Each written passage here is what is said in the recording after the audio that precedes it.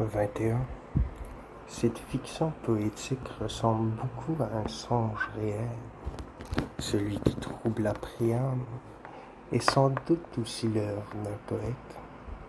Il sembla à Hécube enceinte qu'elle accouchait d'un flambeau. Le roi Priam, frappé de terreur par ce songe, ne cessait d'immoler des brebis aux dieux. Il consulte un devin inspiré d'Apollon. Il lui demande ce que signifient tous ces présages. L'oracle, Apollon lui-même répond par la voix de l'oracle que si Priam élevait le premier enfant qui lui naîtrait, cet enfant serait cause de la destruction de Troie et du royaume de Pergame. Je le répète, ce sont là des songes poétiques, et on doit y joindre le songe d'Énée tel qu'il est raconté dans les annales grecques de Numérius, Fabius Pictor, et où se trouvent comprises d'avance toutes les actions et toutes les aventures, la vie entière du héros troyen. 22. Citons des exemples moins éloignés de nous.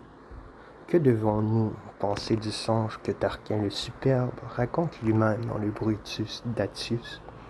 Sollicité par la nuit et la fatigue, je m'étais livré tout entier aux douceurs d'un sommeil rafraîchissant. Je vis en songe un berger qui m'amenait 2 béliers de même race, et remarquables par la beauté de leur toison. J'immole le plus beau. Son compagnon m'attaque alors de ses cornes, et, me heurtant avec violence, il me jette à terre du premier coup. Renversé, blessé, je me relève avec peine lorsque j'aperçois dans le ciel un prodige nouveau. L'orbe, radieux du soleil, changeant de carrière, dirigeait sa course vers la droite. Voici l'interprétation de ce songe donné par les devins. Ô roi, il n'est pas étonnant que les soins, les occupations, les pensées, les actions qui remplissent la vie du commun des hommes deviennent l'objet de leurs songes, mais les vôtres ont une plus grande importance. Déliez-vous donc de votre ennemi. Prenez garde qu'il ne cache sous un extérieur inoffensif la sagesse et le courage, et qu'il ne réussisse ainsi à vous chasser de votre royaume. Quant au phénomène dont vous avez été témoin, il présage un changement prochain au peuple, qu'il assure la prospérité de Rome. Le soleil se dirigeant de la droite vers la gauche est un signe heureux, un magnifique présage des autres destinées promises à la République romaine.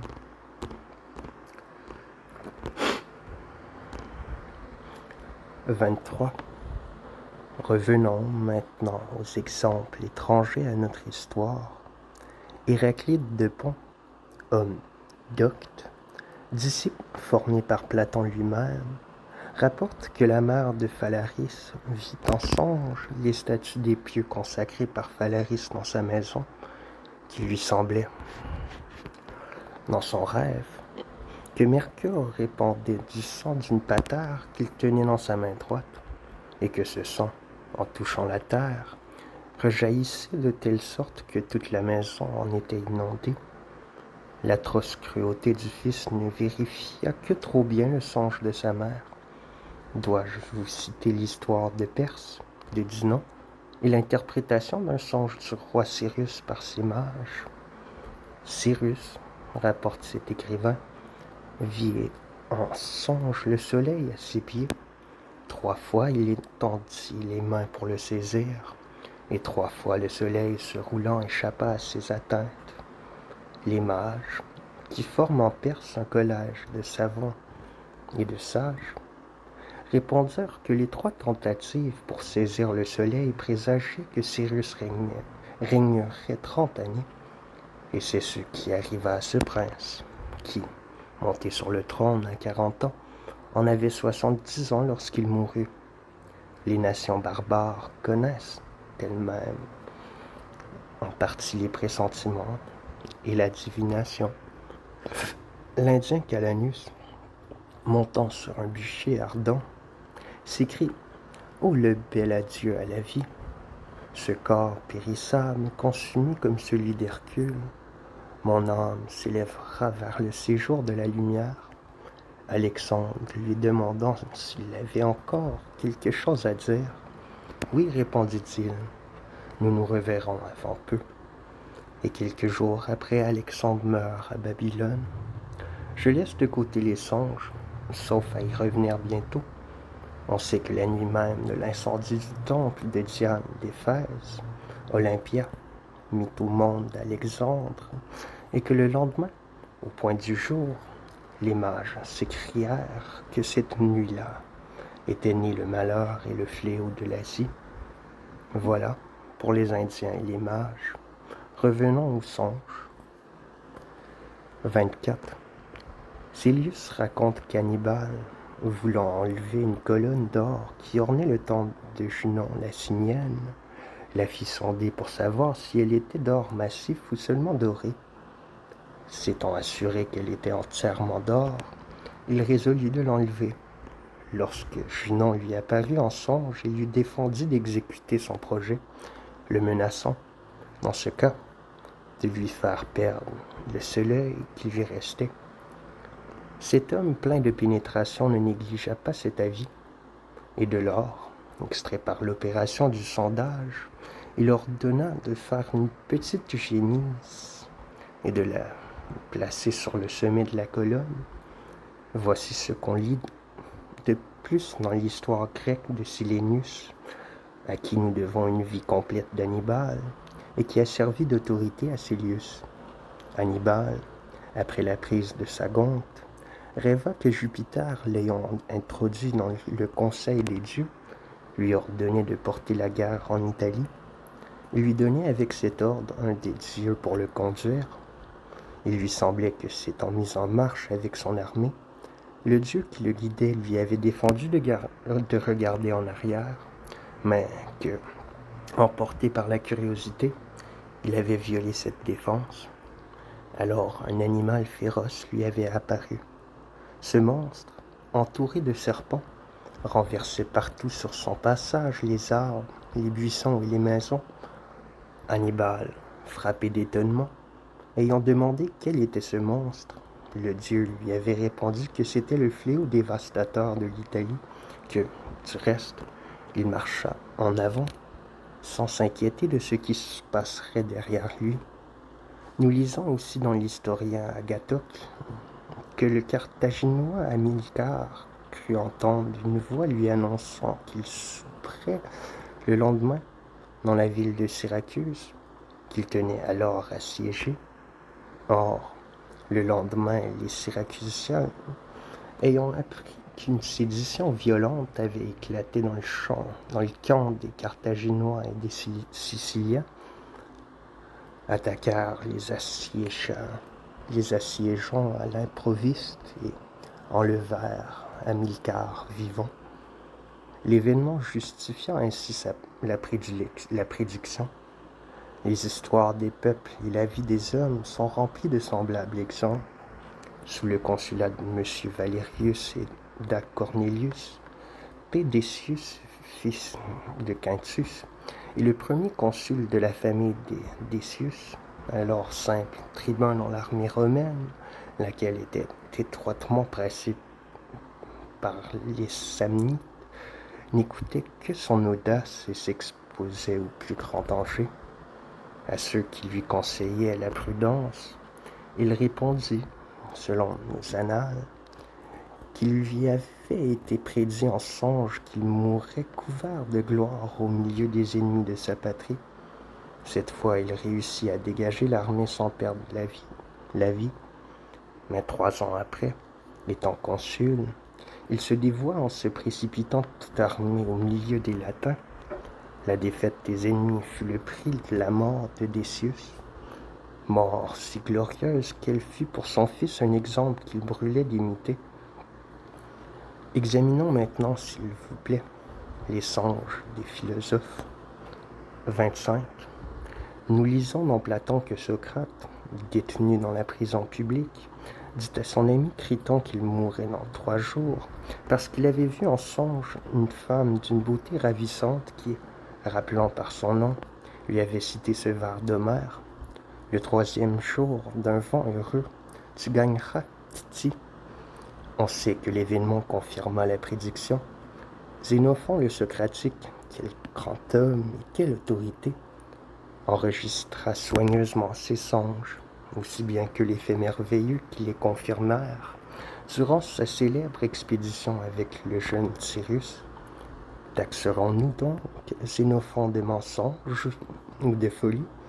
Bien mieux, cet Aristote, homme doué d'un génie rare et presque divin, se trompe-t-il lui-même ou veut-il tromper les autres quand il rapporte que son ami Eudémus de Cypre, se dirigeant vers la Macédoine, vint à Phéras, célèbre ville de Thessalie, soumise alors à la domination cruelle du tyran Alexandre, et que là, étant tombé si gravement malade que les médecins désespérèrent de sa vie, il vit en songe un jeune homme au visage noble qui lui annonça une prompte convalescence, ajoutant que le tyran Alexandre mourrait dans peu de jours et que pour lui, Eudémus, il rêverait sa patrie après un espace de 5 ans.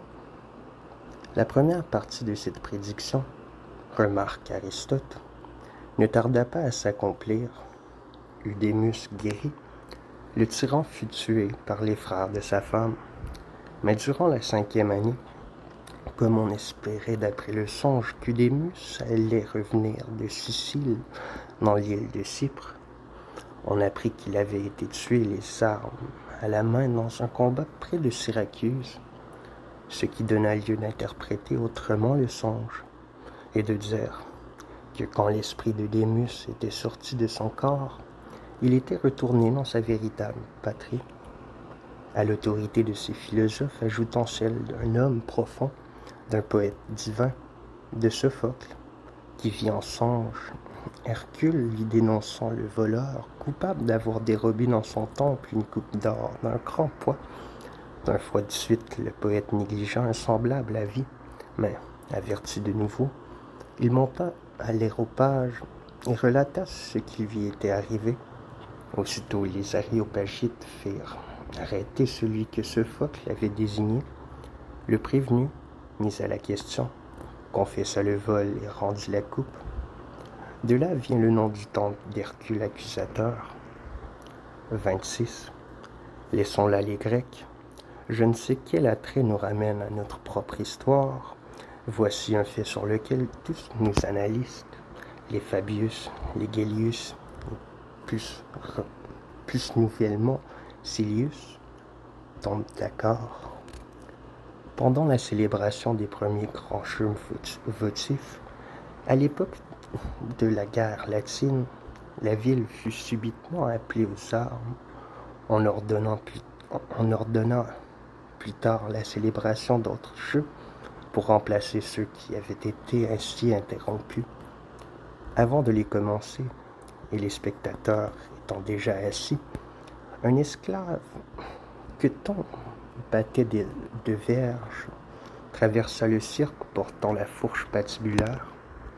Peu de temps après, un paysan romain eut un songe où quelqu'un, après lui avoir dit que le premier danseur des jeux ne lui avait pas plu, lui ordonnant d'aller le déclarer. De sa part au Sénat, ce paysan, n'ayant pas osé le faire, eut de nouveau ce même songe, accompagné de la même injonction, et cette fois avec menace. La crainte l'arrêta encore. Son fils mourut. Il reçut alors pour la 3e fois le même avertissement, toujours pendant son sommeil. Enfin, devenu paralytique, il fit part de ce qui lui était arrivé à ses amis. Ceux-ci le placèrent sur une litière et le portèrent au Sénat, d'où il revint à pied chez lui, après avoir raconté son rêve. On rapporte que le Sénat, convaincu de la réalité de ce songe, ordonna une nouvelle célébration des Jeux, selon le même Caius Gracchus, pendant qu'il briguait la questure. raconta à plusieurs personnes que son frère Tibérius, lui, ayant apparu en songe, lui avait dit « Tôt ou tard, tu mourras de la même mort que moi. » Célius ajoute qu'il avait entendu rapporter ce fait avant le tribunal de Sécrétius et qu'il l'avait raconté à beaucoup de personnes. Or, est-il rien de plus vrai que ce songe? 27. Mais qui oserait dédaigner ces deux songes si fréquemment cités par les stoïciens? Simonide, auquel appartient le premier, ayant rencontré le cadavre d'un inconnu abandonné sur le chemin, l'enterra. Ce poète, qui projetait un voyage sur mer, vit ensuite en songe celui auquel il avait donné la sépulture, l'invitant à abandonner son projet et l'avertissant, s'il persistait à s'embarquer, qu'il ferait naufrage. Simonide changea d'avis, et le vaisseau qui mit à la voile périt. Voici le second. Il est d'une vérité frappante. Deux Arcadiens liés d'amitié faisaient route ensemble. Ils arrivent à Mégare. L'un descend chez un de ses amis, l'autre dans une hôtellerie. Tous deux s'étant couchés après souper, celui qui logeait chez son ami voit en songe celui qui était logé dans une hôtellerie implorer son secours parce que l'hôtelier voulait le tuer. Effrayé par ce songe, il se lève d'abord, puis, s'étant rassuré, il se recouche et s'endort de nouveau, plein de sécurité. La même vision lui apparaît, et le fantôme le conjure de venger au moins sa mort, puisqu'il n'a pas voulu défendre sa vie. Il raconte qu'il a été assassiné par son hôte, et que son corps a été jeté dans un chariot recouvert de fumée. Il le prie de se trouver de grand matin à la porte de la ville, avant que le chariot ne sorte. Frappé de ce nouveau songe, l'autre se rend de bonne heure à la porte et demande au bouvier ce qu'il y a dans le chariot. Le conducteur effrayé s'enfuit. On découvre le cadavre, et bientôt l'aubergiste est convaincu et puni, ou trouver un avertissement plus manifeste des dieux. 28. Mais pourquoi rassembler tant d'anciens exemples? Je vous ai souvent raconté mon songe, et souvent vous m'avez cité le vôtre.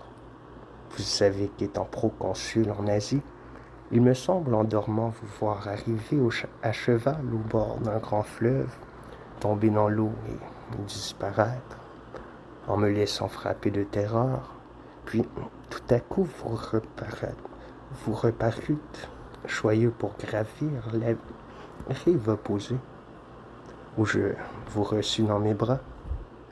L'explication de ce songe était facile, et des interprètes savants d'Asie m'annoncèrent tout ce qui est arrivé dans la suite. Voici maintenant votre songe que vous m'avez raconté vous-même, et dont Sallust, notre affranchi, m'a parlé plus souvent encore. Durant cette fuite si glorieuse pour nous, si cruelle pour la patrie, vous vous arrêtâtes dans une maison de campagne aux environs d'Atina, où il vous arriva, après avoir veillé une grande partie de la nuit, de vous endormir vers l'aurore d'un sommeil profond et pesant. Quoiqu'il n'y eût point de temps à perdre, vous fîtes faire silence,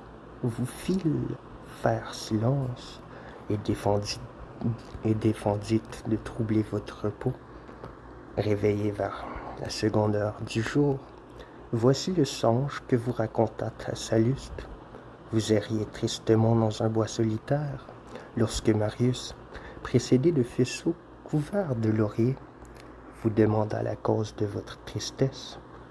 Vous lui répondîtes que la violence vous chassait de votre patrie. Alors, vous prenant par la main, il vous souhaita bon courage et ordonna au lecteur le plus proche de vous conduire dans son monument, ajoutant que vous y trouveriez votre saint. Aussitôt Sallust, selon ce qu'il m'a raconté, s'écria que votre retour serait aussi prompt que glorieux, Il sembla même que ce songe vous avait fait plaisir. Ce que je sais du moins, c'est que peu de temps après, à la nouvelle que le magnifique Sinatus consulte qui décrétait votre retour avait été rendu dans le monument des marins sur le rapport du meilleur et du plus illustre consul, et qu'une foule immense l'avait accueilli au théâtre avec un concert d'applaudissements et d'acclamations joyeuses. Vous vous en créâtes? Non, rien n'est plus merveilleux que le songe d'Atina. 29. Mais il y en a beaucoup de faux, disons mieux, d'obscurs pour nous. Admettons qu'il y en ait quelques-uns de faux. Qu'avons-nous à opposer au vrai? Et ceux-ci seraient bien plus nombreux si nous nous endormions plus sains. Mais, chargés de vin et de nourriture, nous n'avons que des visions troubles et confuses. Voyez ce que dit Socrate dans la République de Platon, tandis que pendant le sommeil, cette partie de l'âme qui est le siège de l'intelligence et de la raison languit, assoupie, l'autre partie, composée d'éléments plus matériels et plus grossiers, abrutis par des excès de nourriture et de boisson, se trouve dans un état d'excitation et de délire. En cette absence de la raison et de l'intelligence, elle est assiégée de visions nombreuses. Ainsi, on croit avoir un commerce honteux avec sa mère, ou bien avec un homme, ou avec un dieu, ou même avec une bête. On s'imagine assassiner quelqu'un, se baigner dans le sang innocent, sans que la crainte ou le remords nous arrêtent dans cette carrière d'infamie. Mais c'est celui qui se livre au repos à contracter des habitudes de sobriété et de modération, si cette partie de l'âme, qui est le siège de la raison et de l'intelligence, est maintenue à un certain degré d'élévation et d'activité, et comme saturée de bonnes pensées, si, en même temps, cette autre partie qui se nourrit de volupté n'est anéantie ni par le besoin, ni par la satiété, car le besoin ou la trop grande abondance sont deux extrêmes qui ôtent à l'esprit sa vigueur et sa pénétration, et que de plus, cette troisième partie de l'âme où s'allume la colère soit calme et apaisée, alors il arrivera que les dieux, portions inférieures et grossières de l'âme étant comprimées, la première, celle où réside la raison, se montrera vive, pure et brillante. Alors aussi se présenteront des songes calmes et véridiques. Telles sont les paroles mêmes de Platon. 30. Croirons-nous donc de préférence Épicure, Carnéade, il est vrai, emporté par l'amour de la dispute, dit tantôt une chose et tantôt une autre. Mais que pense Épicure? Assurément rien de noble, ni d'élevé. Et comment le placer au-dessus de Platon et de Socrate, dont l'opinion, en l'absence de toute démonstration, l'emporterait encore sur celle de tous ces petits philosophes par sa seule autorité? Ainsi, Platon veut que nous nous préparions au repos par un régime qui mette nos esprits à l'abri du trouble et de l'erreur. On croit même que Pythagore n'interdit à ses disciples l'usage des fèves que parce que cet aliment flatueux est contraire à la tranquillité de l'esprit et à la recherche de la vérité. Ainsi donc, lorsque l'esprit est séparé par le sommeil du commerce et de la contagion du corps, il se souvient du passé, aperçoit nettement le présent et prévoit l'avenir. Notre corps, pendant le sommeil, gît inerte comme un cadavre. Notre esprit, au contraire, est plein de vie et de force, moins cependant qu'après la mort, où il sera tout à fait dégagé de son enveloppe. Aussi, plus ce moment approche, plus notre esprit participe de la divinité. Ceux qui sont frappés d'une maladie grave et mortelle ne prévoient-ils pas leur dernier instant? Souvent, à ce moment suprême, ils aperçoivent les images de ceux qui ne sont plus. Alors ils s'efforcent de se rendre dignes d'estime. Alors aussi, ceux qui ont vécu autrement qu'ils ne devaient pleurent amèrement leur faute. Pour prouver que les mourants sont doués de l'esprit de divination, Posédonius rappelle l'exemple de ce Rhodien qui, à son lit de mort, cita 6 de ses contemporains et détermina l'ordre dans lequel chacun d'eux le suivrait au tombeau. Ce même philosophe pense que les songes nous viennent des dieux de 3 manières différentes. La première, lorsque l'esprit prévoit de lui-même, en vertu de son affinité avec les dieux. La seconde, lorsqu'il communique avec les âmes immortelles qui remplissent l'air et qui portent, pour ainsi dire, l'empreinte de la vérité. La troisième, quand les dieux daignent converser avec nous dans le sommeil. Comme je l'ai dit, l'approche de la mort facilite la connaissance de l'avenir. De là, la prédiction de Calanus, déjà citée, et celle d'Hector qui, selon Homère, annonce en mourant la fin prochaine d'Achille. Si rien de semblable n'existait, l'usage n'aurait pas consacré ces locutions. Quand je sortis de la maison, je pressentais que je sortais en vain. S'agir, c'est sentir avec pénétration. Aussi appelle-t-on Sago les vieilles qui veulent tout savoir. De même, les chiens passent pour sagaces. Celui qui prévoit s'agit un événement avant qu'il n'arrive et dit présager, c'est-à-dire pressentir l'avenir.